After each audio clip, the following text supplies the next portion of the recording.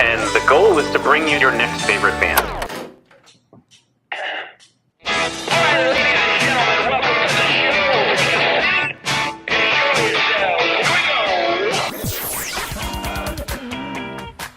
Thanks for having us. This is a very cool show. Yeah, so through many iterations, and we finally landed on the weirdest one by far. Yeah, simple feelings, and boom, you got a sound. I remember this one time. I had been writing some songs, and I went out. I'm just going right in on this story. I went out, and so I was. The story's longer than the song itself. We'll go ahead and play it. And listen, it's going to be everybody's favorite band.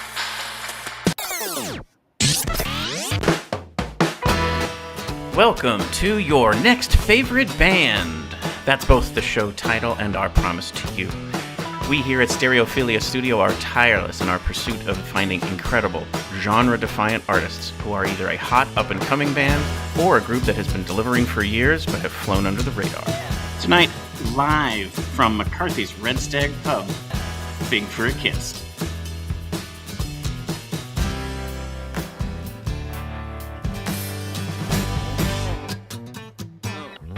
Each month, we will bring you live streams, audio podcasts, and perhaps even a live concert where you can listen to the stories and hear the music of artists personally curated by us based on what we feel will be worthy of your time.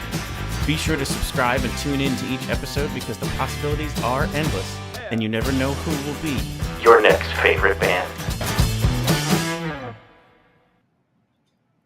Hello, everyone. I am your host, Philip Reese. Hello, everyone. I am your co-host, David Moore. And this is your next favorite band.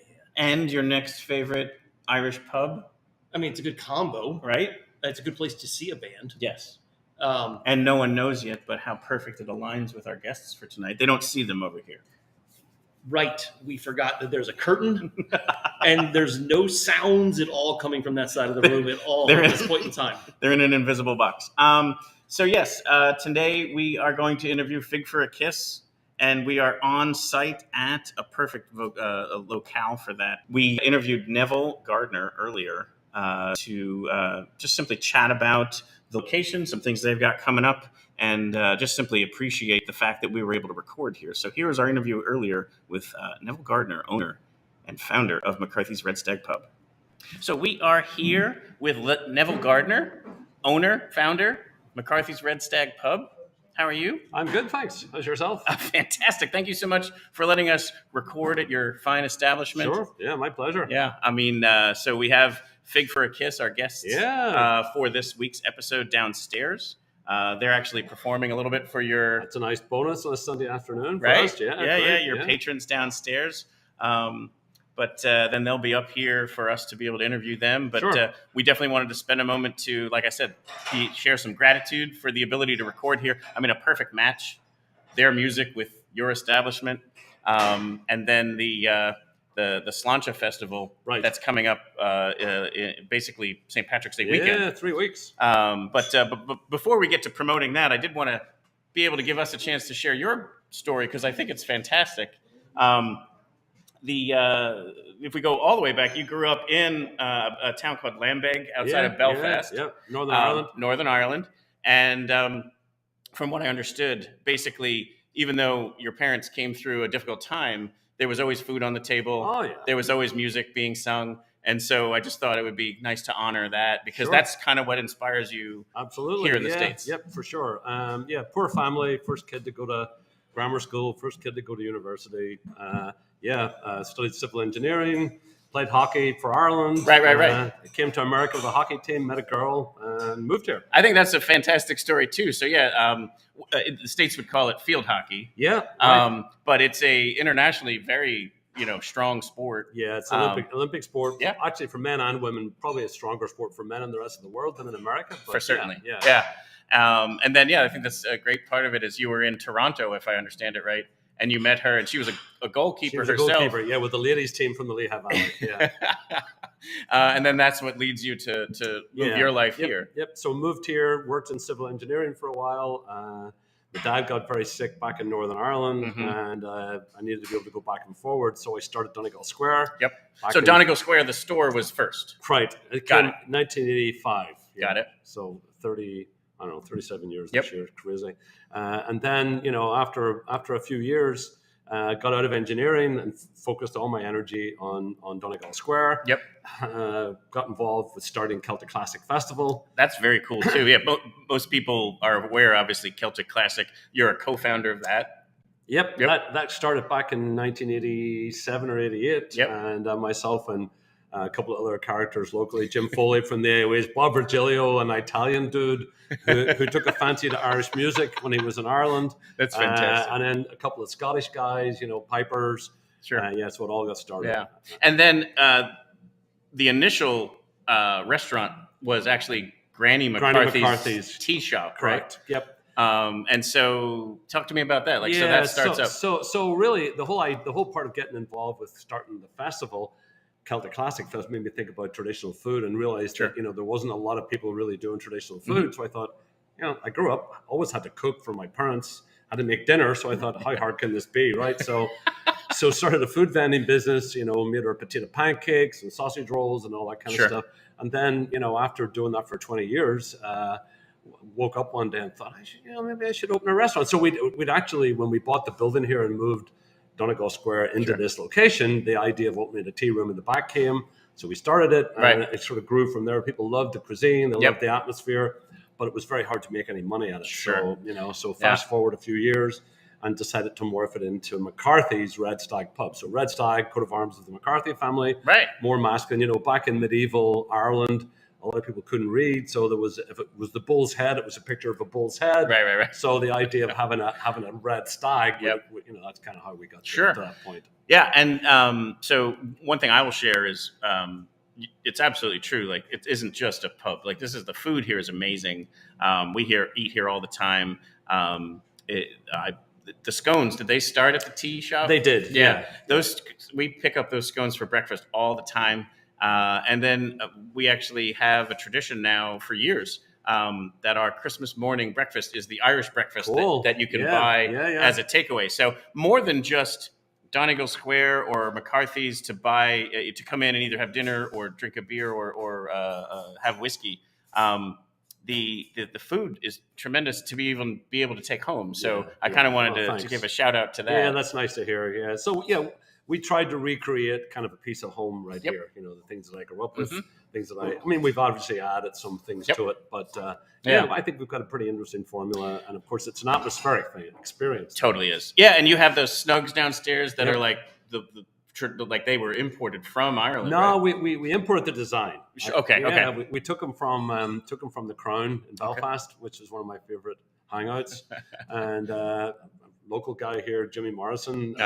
He, I gave him the architectural sketches, and he built them for me. That's fantastic. They are so fun. If you can come down and enjoy one of those, those are tremendous.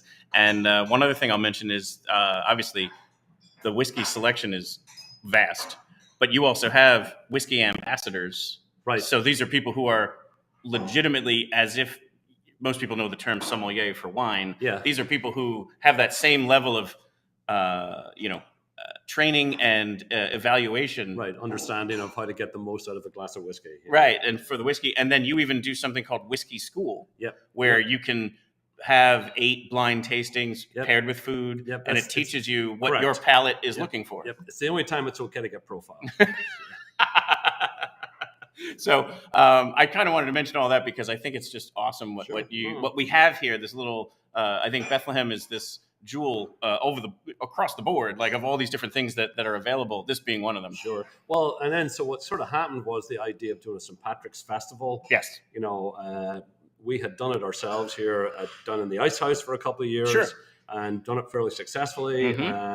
And then I had actually offered the opportunity to Celtic Classic to pick it up, and they really weren't interested in doing it. Got it. So I went over to the boys at ArtsQuest and the girls and said, hey, what do you think? So so we ran it ourselves. We called it Falsha, modeled after a festival in Dublin that takes place in the January, February time of the year. And sort of floated it to the crew over at ArtsQuest. And so last year they did it. It was fantastic. It was had some great music, and there's some fantastic music coming this year. So I was actually on a plane halfway across the Atlantic and met Oisin McDermott Canada, who's the fiddler with Tita. Wow. And we sort of, it was an accidental bump in, and Sure. I'm saying, hey, where are you going? Because he'd been here at Celtic Classic about 15 years ago. Yeah. Tita is the Irish Gaelic word for strings, right? So, sure. So, they've been over doing a gig somewhere. So anyway, I passed the name on to Patrick Brogan over at ArtsQuest. Awesome. Hey, presto, they're coming this year, so it's fantastic. Yeah, absolutely. And yeah, I mean, ArtsQuest, another jewel here in Bethlehem, and being able to pick up any festivals like that are great. So it's called Slainté, which is good health, right? And then that weekend, we luck out that St. Paddy's Day is a Friday. And then it goes through the weekend. Yep. So it's a mixture of, again, food, music, culture, right? All of what you might be looking for when it comes to and it's an St. indoor Patrick's Day. It's an indoor event, which kind of I think is the bonus part, because it's very hard to run a festival in Pennsylvania in March. And we've had pipe bands marching in a parade with snow. Right? Yeah, you never know what you're going to get into. So it's definitely a nice thing to be able to do it. Yeah, and so you even have, again, like whiskey tastings, food whiskey that's tastings, being beer tastings. Yep. There's a bunch of vendors this year. I mean. So it's growing. It's a little more dense than it was last year. I think it'll be a good time. Awesome. And then the best transition here is on Friday night, on St. Patrick's Day, another band that's playing is Fig for a Kiss. Right. Yeah. And so we'll bring them on now, and we'll have a little bit of interview. Yeah, well, thank you so much. You're very welcome. Thank you. Pleasure. Thank you for the nice comments. Absolutely. And thank you for all you provide here and for coming on the show and for letting us record here. All right, cool. Awesome. Thanks so much. See ya. David? Phillip. There was Neville. And I'm glad that he was able to give us some time to speak with you and get you get a bit of the taste and charm of the place. Yeah, absolutely. I mean, so obviously authentic when it comes from his background, but you come here and try it out for yourself if you haven't already. Which, fun fact, we are doing that today. We are definitely doing that today. And as you heard towards the end there, there's this intersection of the ArtsQuest Slainté Festival, somewhat sponsored by Red Stag, and one of the performers will be Fig for a Kiss. So it is a tremendous power trio here in Bethlehem who plays absolutely outstanding Celtic music. So we'll bring on some of that here. One of the ones that they are very proud of is this song called Frobisher Bay. So we'll let that play here a little bit to give you a flavor for what they sound like, and then David will bring in some of the bio, and then we'll have them on here so we can have a nice little chat. Sounds like a good time.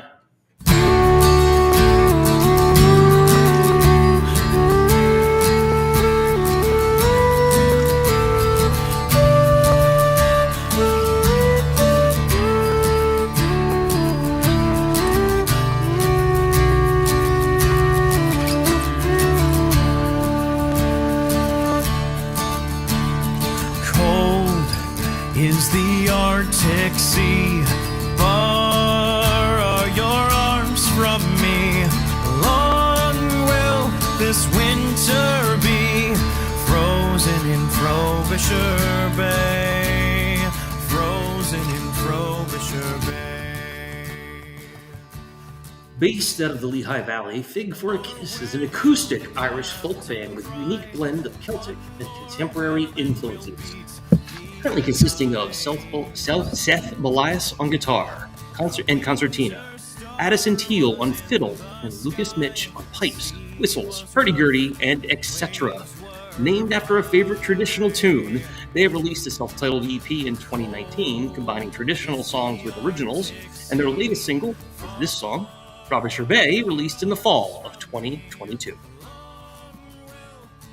And we'll bring it back up here for a little bit, and then we'll have Seth, Addyson, and Lucas. Frozen in Frobisher Bay. Deep. So we're going to let that play in the background here. I'll hear it, and you won't, but just trust that you guys are crushing this one. We've heard it. Welcome to the show, Seth, Addyson, Lucas, Fig for a Kiss. That's us. Yes. Thanks for having us at a wonderful place where we love to perform and dine and drink. For Is sure. it in that order?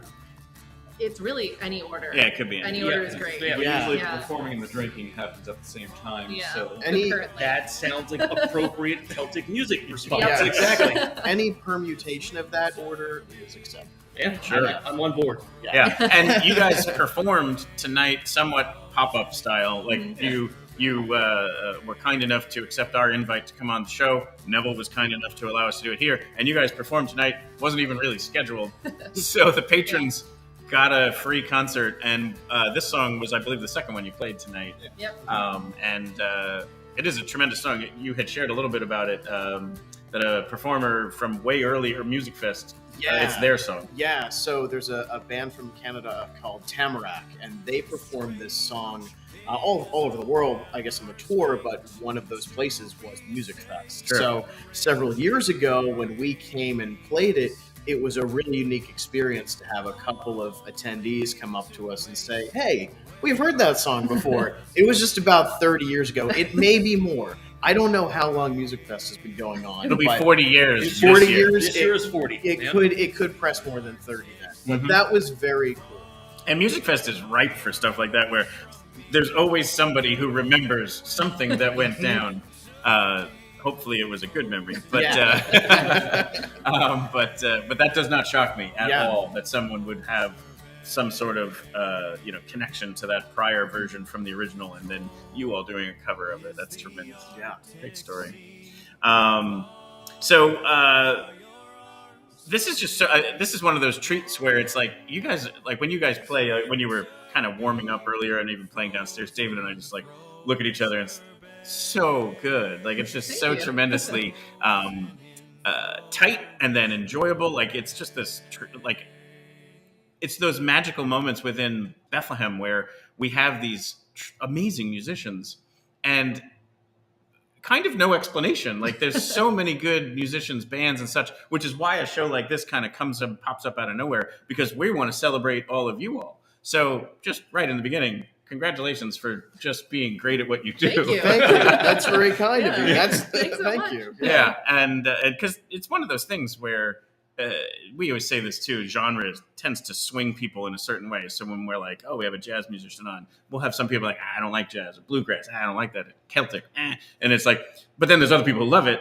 And it's always just like, just tune in, because these people are so talented and so amazing, and you're going to be blown away. And so that's what tonight's about, is not only to celebrate that style of music with you all, but to promote the upcoming festival and where you guys are going to be performing live, because that's where this type of music really shines. Obviously, that recording is wonderful, but I do think hearing it live is just a whole different ballgame.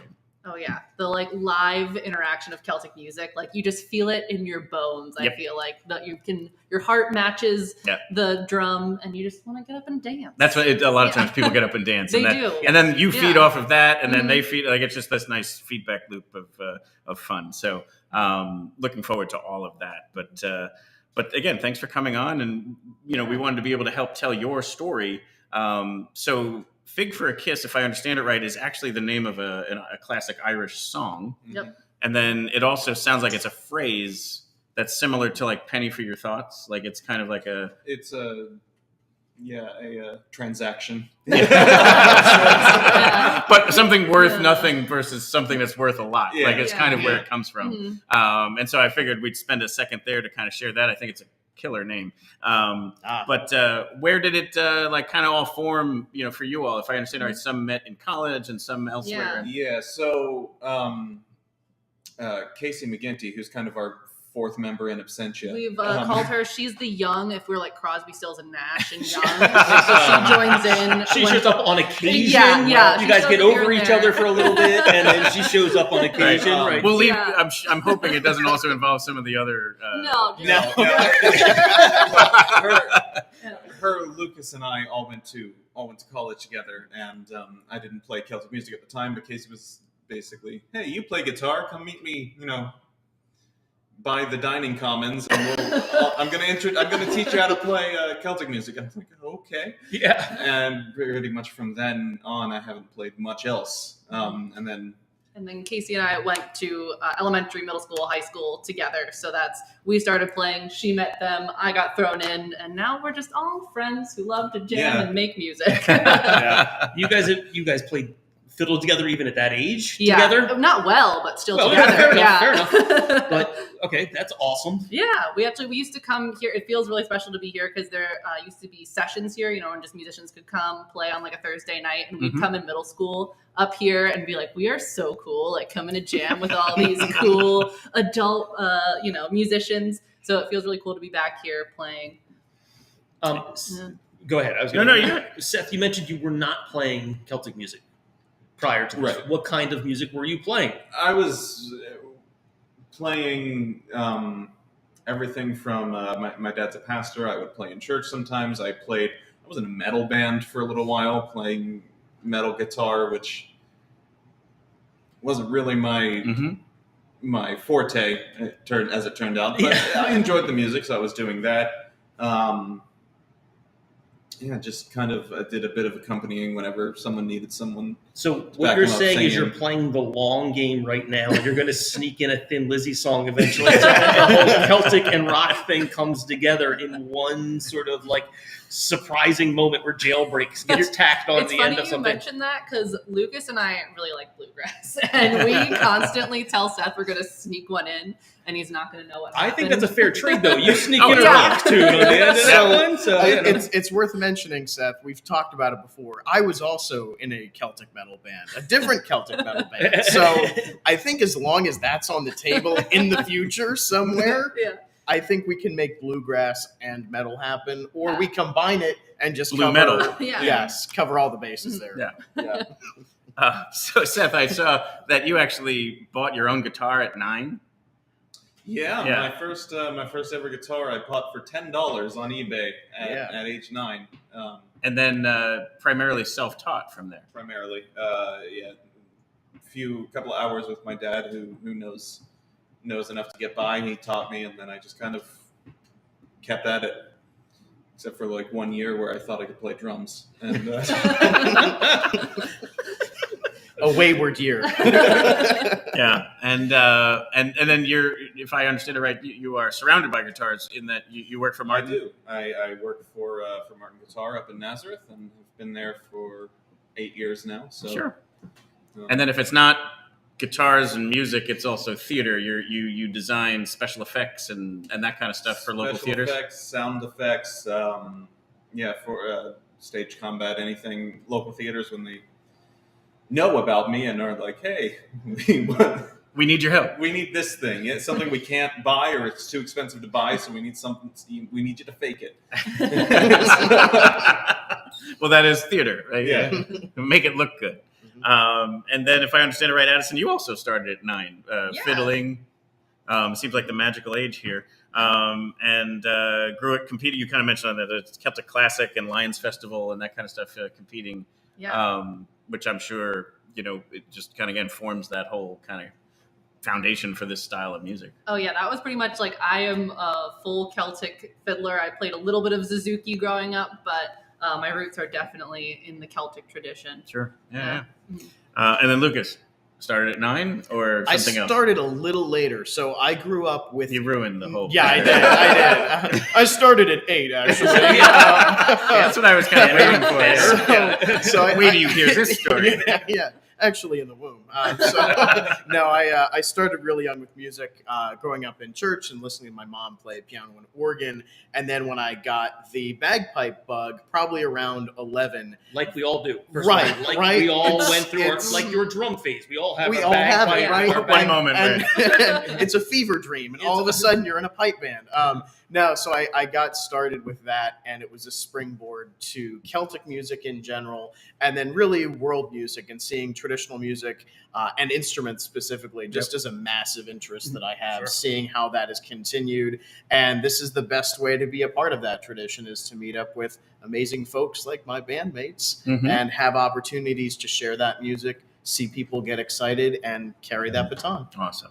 Well, we do always like to spend a moment to get a little music nerdy. So I thought this would be a fun point here, because actually it speaks to in the bio where we hit you play the etcetera. Like there's a lot of instruments that you play. Yeah. And some of it is even diving deeper into I think the general public would just say everything is a bagpipe, but there are, I have down here, Highland pipes, small pipes, bellows pipes, medieval German pipes. I mean, is there any way you could touch on a few of those and the differences maybe? And again, there's going to be about 4 people out there that are going to be like, this is the greatest episode in the history of your next favorite band. I love you guys. Yeah, right? Exactly. No, I just think it's interesting stuff. Like, let's dive in a little bit in between these differences and what is a hurdy-gurdy? So, so let me lay it out to you this way. I love this. Let me lay it out, right? So Celtic music is amazing. It's wonderful. I love it.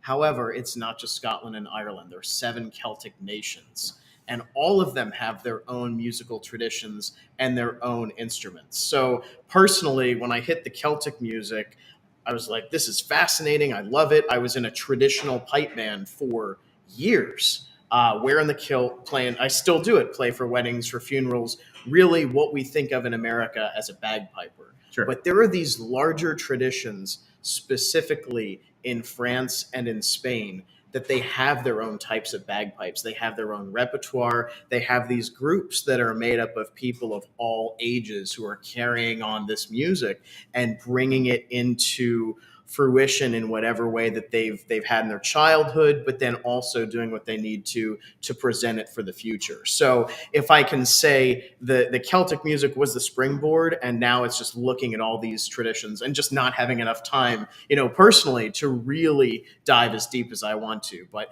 the great thing with YouTube is you can get onto a great run of videos. So I can listen to the French Bagad bagpipe competitions. I can listen to the Banda de Gaitas in Spain.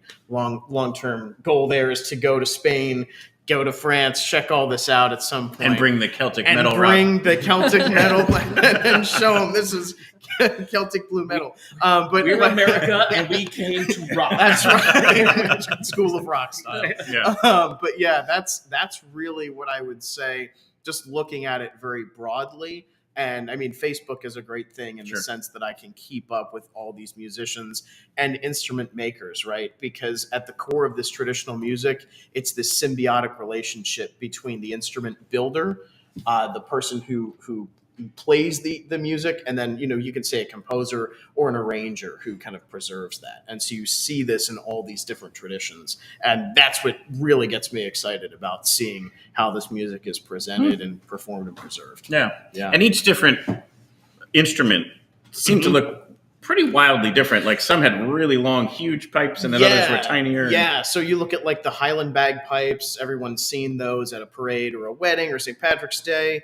Pretty simple. You got the big bass drone, you got the 2 tenor drones. You look at German bagpipes. I have one of those, and it's just one massive drone and a chanter. It looks like a bazooka, basically. It looked like a giant cannon of sound. It's wild. Yeah. And then you've got the Spanish gaitas, which they're similar to the Highland pipes. They have a long bass drone and then 2 smaller, like tenor alto drones, depending on the configuration. What's really fun is the Italian bagpipe. It's got 2 chanters up front, so you can play in harmony with yourself, and that is leave it to the Italian. Yeah, right. It's extremely innovative.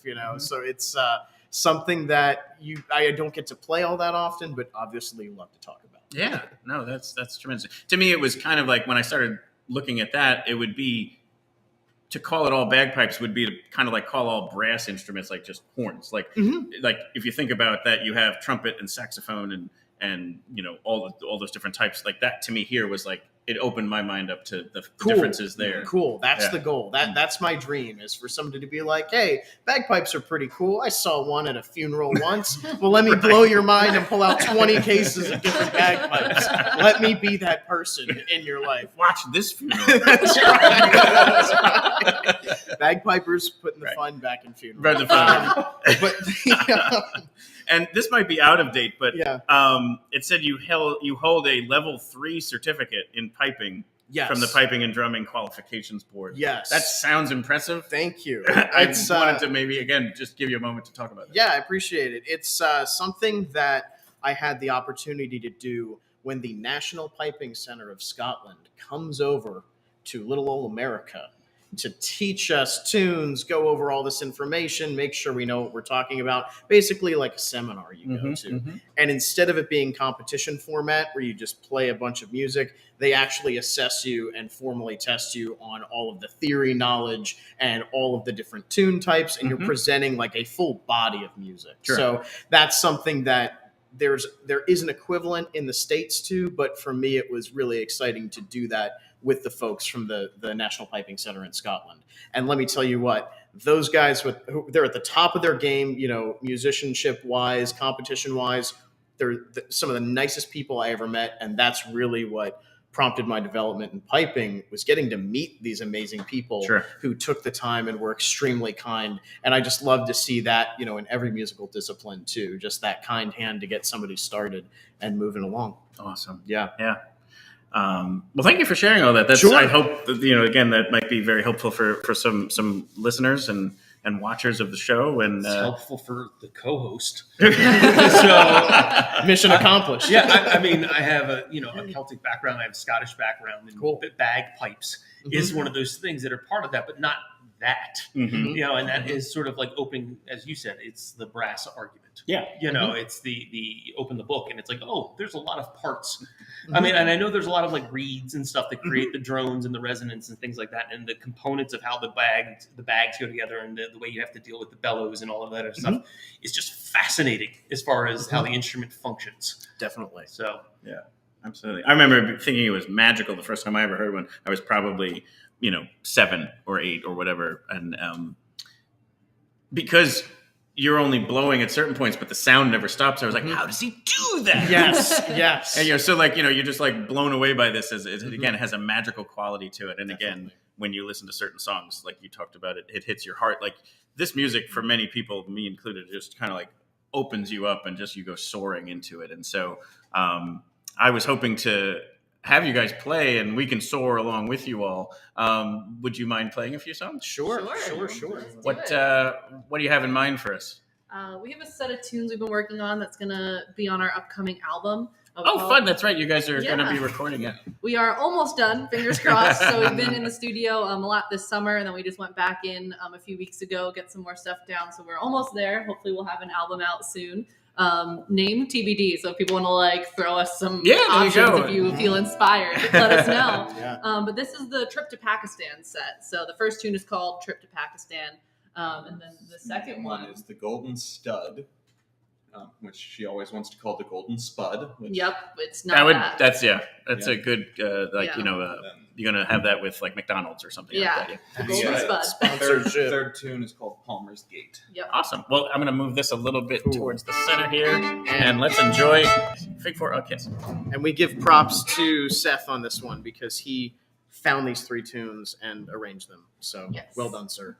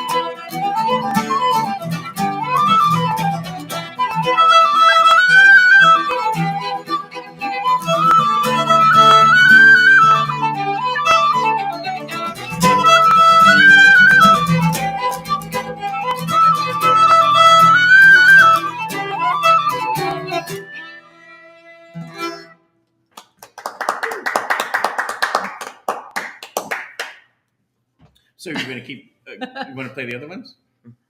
Oh, that Sure. was all three of them.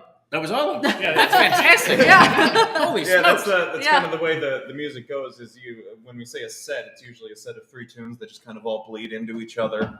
Wow. Let's talk about that some more because I got totally shocked by that one. And as the host of the show, I should know these things. It's all good. It's all good. So where were the breakpoints then? Like, So the one was when Addy goes the little, boing. which was so awesome. I was like, wow, that string's gonna break, but that sounded so cool. That was literally just we were at my house. We were running these tunes. We're like, we need something here, and I forget who it was, but I don't even know if I think I might have just hit my string and you're like that. Yeah, That's stays. That's Which is, I mean, actually, in the Creep by Radiohead, that's exactly what happened there too. Like there was that moment where he actually, I think, broke a string, whatever, and then just did that thing, and it was just like, oh, we got to keep that. Yeah. So there, just like Radiohead. You got it. Yeah, we are often compared to Radiohead. On the daily. The transitions Right. kind of do blend into each other, so Sure. it is supposed to be kind of seamless, and it is kind of its own art form that we're still constantly learning of. How do you get from one to another? Do you want it to be seamless? Sometimes we want something very definitive like that pluck. Sometimes we'll just stop and then go back in. Right. that set's a little bit easier in some ways because all the tunes are in E major or E Dorian. Sure. And then they're also all reels, all in 4/4. So we're not dealing with any time signature jumps or key switches. Right. Yeah. But because of that, it can, like you said, be where were the transitions? No, but I think it's a good conversation to have because here I was going, okay, there's the first song. And I'm waiting, I would have loved to just keep going. But that's amazing. Thank you for all of that eye-opening experience. And that's what we listen to as Celtic musicians. Like when we listen to other bands play, we probably know a good handful of tunes they play, but we don't know how they're going to tie them together. So artistically, that's always fun for us to hear, and you get inspiration from that and so on and so forth. And there are a couple of things to watch if you're ever at a session and you're like, okay, are they going to change tunes sometime? Whoever's leading the tune will kick their foot out to say, hey, we're going to switch, or let out a hup. The technical word, yes. Yes. Have you guys ever been to a session, like a traditional Irish music session? I've only attended Irish dance sessions, so obviously the musicians at that point in time are accompanying a performance at that point in time. So that's the closest that I've come to. I mean, other than something like where we are today, where you're also playing in a pub environment versus like an actual sit down straight performance. In that environment, I unfortunately have not had a chance to make it available to myself because that's the important part. For me, it was actually just recently. It was the first time ever. It was the Fergie's down in Philadelphia. Cool. Where it was like Monday night Sunday, and someone was like, let's have one more beer, which is always, a great idea. And they said, I know that at Fergie's, they have, traditional Irish music. Yeah. And you walk in and it was not people up on a stage. It was like just a circle of people. And you just happen to be blessed to have enjoyed being near them to hear them sing or play or whatever. And it was super cool. Yes. Yeah. It's a lot of fun. And that's one of the cool things about Celtic music. I think, Addy, you were talking about it too, how it's like, even if you're a young person just getting started, you walk in and you're a part of the crew, and it just brings all these people together in a really unique way. Yeah, and there's people who know all the music and don't know what any of them are called. Right. Well, it's actually interesting that you mentioned that. So you brought up earlier, we were having a little fun with the idea of throwing in some metal tunes, but you guys also brought up bluegrass, and bluegrass and Celtic music have a relationship. Yeah, totally. And I wonder if you could speak to that a little bit, because you talked about that circle and bluegrass has that same sort of tradition where it is the join in to the playing kind of ensemble. I mean,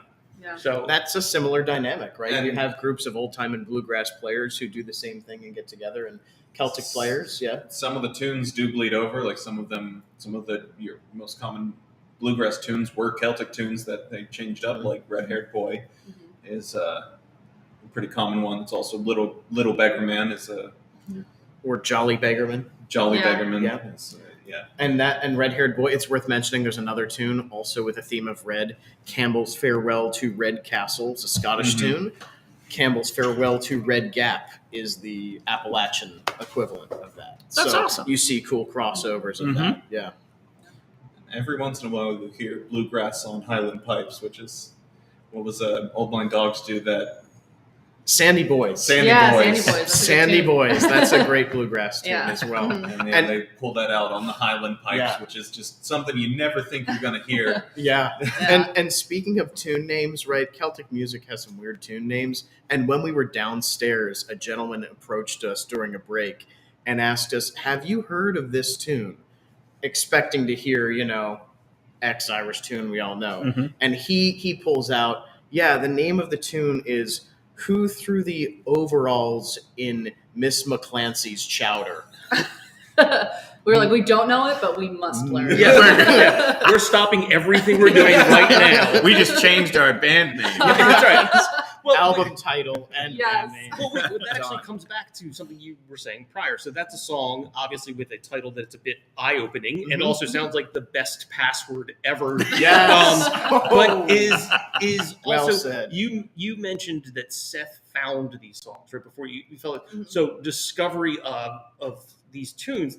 There's obviously recording technology is 110 years old, basically. At this point in time, the music is much older than that. Totally. How do you go about that type of discovery for things like that? Well, for these three in particular, I was on the session.org, session.org, and I was just kind of going through sheet music, looking for things that work, and you can they have it set up. You can listen to a MIDI version of the tune. And I'm like, okay, that's kind of fun. I think I can hear how that's going to change up, because obviously MIDI is very boring to listen to. And I'm like, all right, let me see. I want two more. Let me see. Do I want to add a jig in? Do I want to add another reel? Do I want to keep them all? And so I just kind of was going through all these different tunes, and then I found this. I had a different one in place of the Palmer's Gate, the final tune at one point, and then switched them out. And I was like, okay, I still don't know if these go together, so I just was like, hey, printed out the sheet music. I was like, we all can read sheet music. For the most part, yeah. Would you mind humming this real quick? Yeah, but it is really fun. Like, finding tunes is like a task in its own. Like, I love doing it. Like, talking about sessions earlier, sometimes you are at a session, someone starts playing something, and then that's where like the integration of technology now comes into it, because they'll start playing it, I pull out my phone and hit record, and afterwards I have to be like, what was that? And then from there it's kind of a research project of I'll go on resources like the session.org, try to find some sheet music, look up other recordings on Spotify and Apple Music and just YouTube, because that's a great resource too, where people will just be like, I want people to know this tune I learned, so here it is now for the world. So yeah, we kind of go on this like research project, hunt down a bunch of versions we like, and then create our own. Yeah. That's so cool. That's why we all have hundreds of recordings on our phones. We don't have to pay the extra cloud storage. That's right, yeah. But yeah, I think it's worth mentioning too, with like finding tunes. I mean, YouTube was a huge resource for me getting started to hear all these different tunes and hear how they're arranged by different bands. But if we're going old school, I am a bit of a book hoarder, and I have volumes of old books, specifically I think it's a 3-volume set called East of the Hebrides, and it's just full of Scottish songs. They're like 100 years old. So, right. When I can sit down for like a week and just go through all of those, I'm sure I'll find something. So there's gems to be found, in those old pages, and then in person when we're out and about. And even a new like orchestration of it. So it's like this old song that you'll do in your style or update in some way. Totally. And then you probably also have to have the discipline around, we're recording now, so no new ones. Like, guys, stop it. Yeah, we are great at that discipline part. Were you listening to Addy? Was that a message for me? Addy, while recording, she was like, hey, I'm going over to the studio to record the fiddle for this. Is there anything else? I'm like, oh yeah, you need to do the vocals for Step It Out. And she went, we recorded Step It Out? And I'm like, Lucas and I did. By the way, by we. I was like, I didn't know we were doing that. We talked about it. Did we? Yes. They did. Yeah. I didn't. Right. Yeah. So yeah, she paid me $5. Oh, got it. That was well spent. We're actually not even recording. This is just for that. So thanks for coming today. Wow. I got to go have a whiskey. But I also wanted, before we get to some of the other promotions of things that are coming up, just some things about each of you that I thought was interesting. Lucas, you saved some goats that were going to get slaughtered. I did. Like 101. It was like 101 goats, which is like the sequel to 101 Dalmatians. 101 Dalmatians, Yeah. except a lot more rowdy. Yeah. So my wife and I are fortunate to have 4 goats and 3 sheep. We came across the goats because there was this giant farm of like 101 goats that were disbanding, and they had to get rid of all of them. So they went to this shelter basically for unwanted farm animals. Mhm. And my wife and I went there like, hey, we'll take them. So we got 2, and sure enough, they were like, hey, you want 2 more? So drove back. Would you like 99 more? 99 goats in our yard. We literally went back, threw 2 more goats in our car, and drove back home. And they now live in our backyard very, very happily and comfortably. Lots of land to eat down, all the grass and the poison ivy. So we're very fortunate. Yeah, no, that's a very nice outcome of that one. Yeah. Less poison ivy, always a positive. Yeah, man. Addison, you also are in comedy and improv. Yeah, I'm in an all-female improv group called Synced Up. We've been performing together for I think about 5 years now, and yeah, it's a lot of fun. Yeah, and you even designed a comedy game show. I did. I'm probably reading into this. Yeah, so I turned my anxiety into a game show.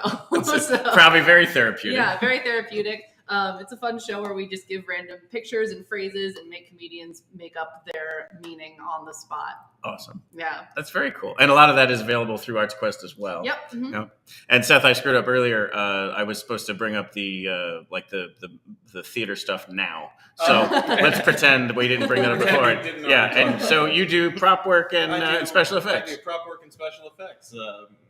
Most recently for Christmas Carol at DCP Theater in Telford. Mm-hmm. Which is always fun. Yeah, absolutely. But I just thought it would be kind of neat little non-Celtic music nuggets for people to find out about. But let's promote. So you have the upcoming music. We have prior music, upcoming music that'll get released. Any target for that? As soon as she records the vocals on the song she did. She did that. Should we say April to give ourselves now we have to do it. Yeah, I mean, we were this spring. Yeah, is that how's that for? Spring. Yeah. The original plan was to have it out by now, but things happen. Oh yeah, life happens.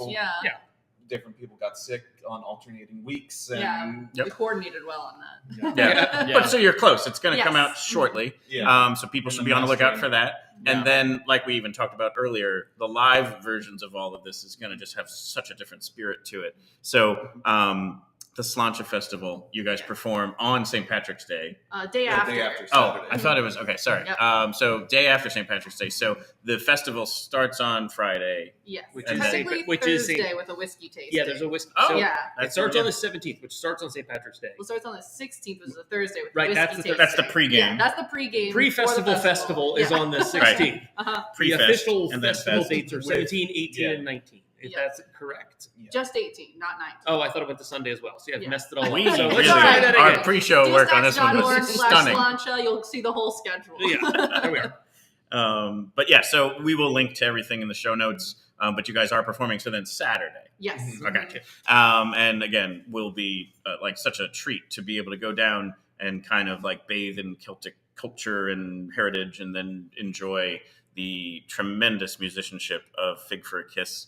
And then I'm guessing too there'll be Music Fest and other times to see things throughout the summer. Yeah, we're playing Dillsburg Celtic Festival that's coming up in April. Oh, that's right. So Seth and I are going to be at that. I had that April 22nd. Yeah. 4:30 p.m. Yeah. See, I did do some prep. I'm still waiting for the second and third song from before. And then there's the Burke's Fiddle Fest, which used to be Lions, and that's now at Bear Creek. So that's coming up in September. We'll be there. Okay, awesome. So plenty of times to go check this out. And if you're not happen to be super local, if you're listening in and you like this music, obviously YouTube has some great stuff, and the recordings are out there. And you can also reach out to your local venue and ask them to book Fig for a Kiss. Please do. Always appreciate it. Absolutely. Yeah. So Seth, Addison, Lucas, thank you so much for coming on. Thanks for having us. It was a blast. Yeah, and best of luck, and can't wait to see you guys perform at Slainté and beyond. Yeah, thanks. Cool. David, Phillip, that was amazing. it was a pretty good time. Yeah, it's nice to have musicians sit like really far away from us to perform. Yeah, that is true. Like sometimes the difference between again live and over the restream is can be different.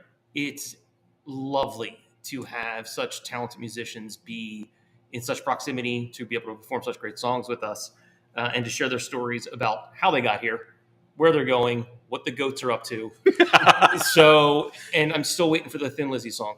So it's, that's the next step. All right, Phil, let's say goodbye to everybody.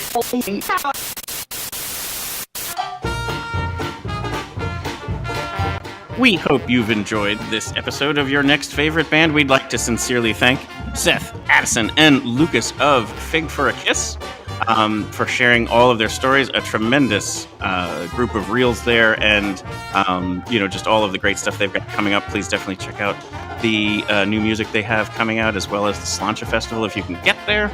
There'll be links in the show notes for all of this about their website, their Spotify and YouTube channels, as well as the festivals coming up. Check that all out, follow them, and of course support them in any ways that we can, whether it's, again, attending shows, buying tickets, or even the merch that they have. These are the best ways to support the performing artists in ways that can make a difference for them. As always, our hope is to bring you your next favorite band. If you already knew Fig for a Kiss, thank you for tuning in. We hope that you will like and subscribe and check out our future episodes. March is chock full of amazing artists already booked, and we really recommend you clear your Tuesday schedule, or at least make sure you can check out each episode. But if you didn't know Fig for a Kiss and you tuned in, hopefully they're your next favorite. You're enjoying the Celtic music, and we'll further that with attending shows and such down the road. And we hope to catch a live show soon. It's all over now.